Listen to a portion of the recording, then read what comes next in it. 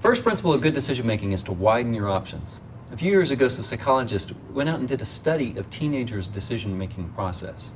Now, there may be some parents in the crowd that are speculating that teenagers may not have a decision-making process, and you wouldn't be wrong about that. I mean, let's think about a classic decision. A classic decision looks something like this. We are choosing between the green shirt or the blue shirt or the pink shirt. It's a choice among alternatives. And what the psychologists found is that the typical teen choice looked a little more like this. The most common pattern was whether or not to choose a particular alternative, thumbs up, thumbs down, on the blue shirt. Now, in some cases, this may not be a big deal. If the teenager is deciding, should I go to the party or not, what she's not doing is deciding, should I go to the party or the basketball game, or should I go to the basketball game and then go to the party? And for parties and basketball games, it may not be a big deal, but the psychologists also ask about school decisions and family decisions and relationship decisions. And in those cases, choosing among options might be important, and the psychologist in fact said that more options in these situations might have gotten the teenagers out of some difficult spots. Now, I told my sister about this. She's in the process of raising her second teen through the teenage years, and I was kind of shocked by this data, but she was weirdly unfazed by it. She said, look, teenagers enter the teenage years, and the hormones kick in, and for a few years they go around operating without a frontal lobe.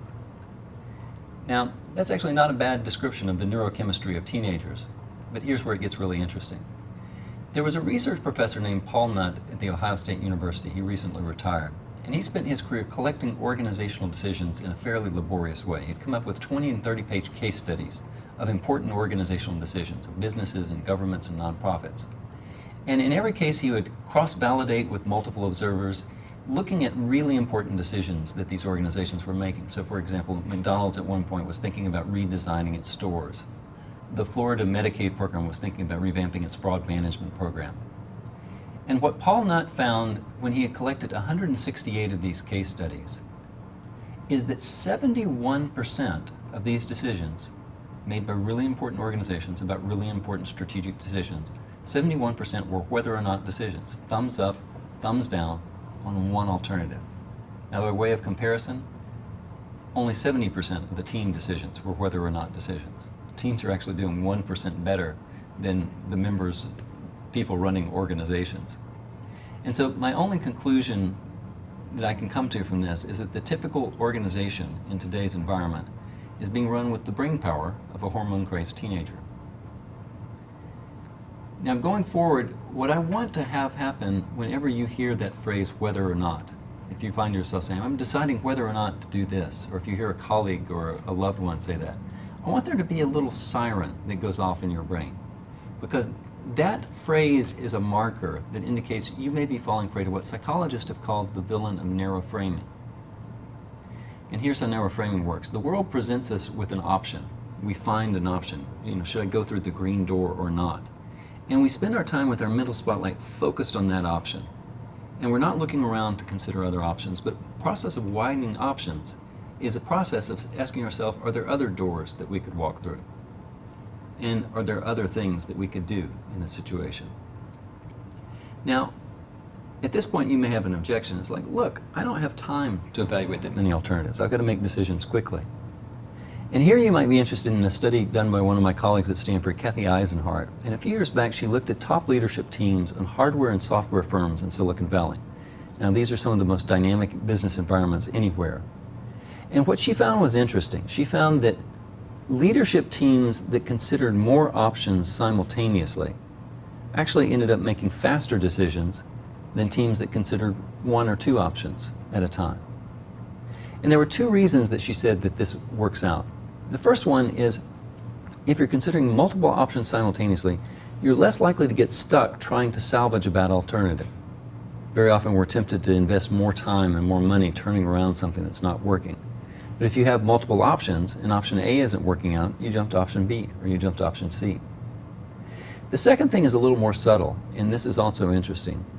If you have multiple options side by side, you're more likely to understand the dimensions of the landscape, the possibilities that are available to you.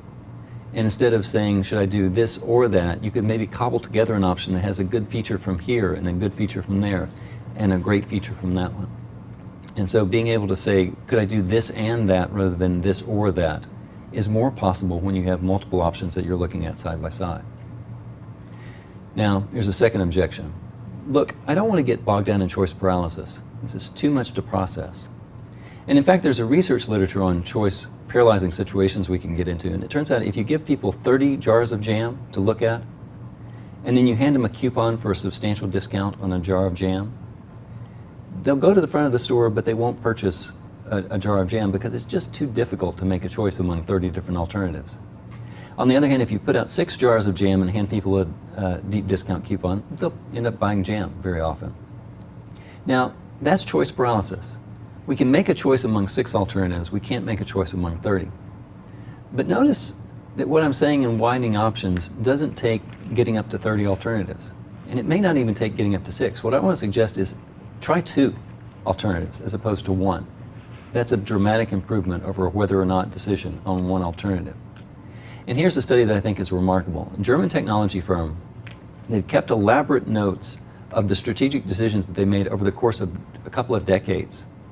And some researchers found this treasure trove of information, and they convinced the leadership team to go back and revisit a set of decisions that they'd made a decade before over about an 18-month period. And they spent 4 4-hour sessions hashing through those decisions, talking about how they turned out, and they graded themselves on a scale from very successful to satisfactory to poor.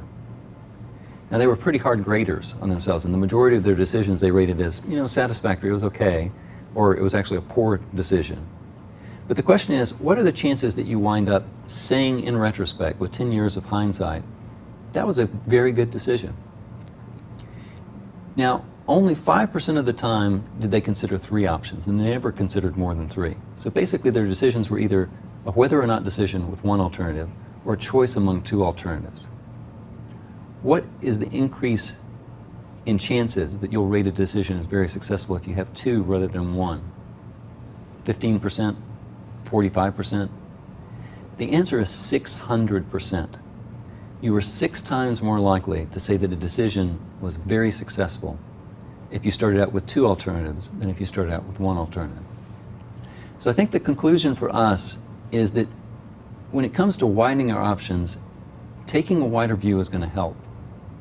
And even 1 more option may help to a surprising extent.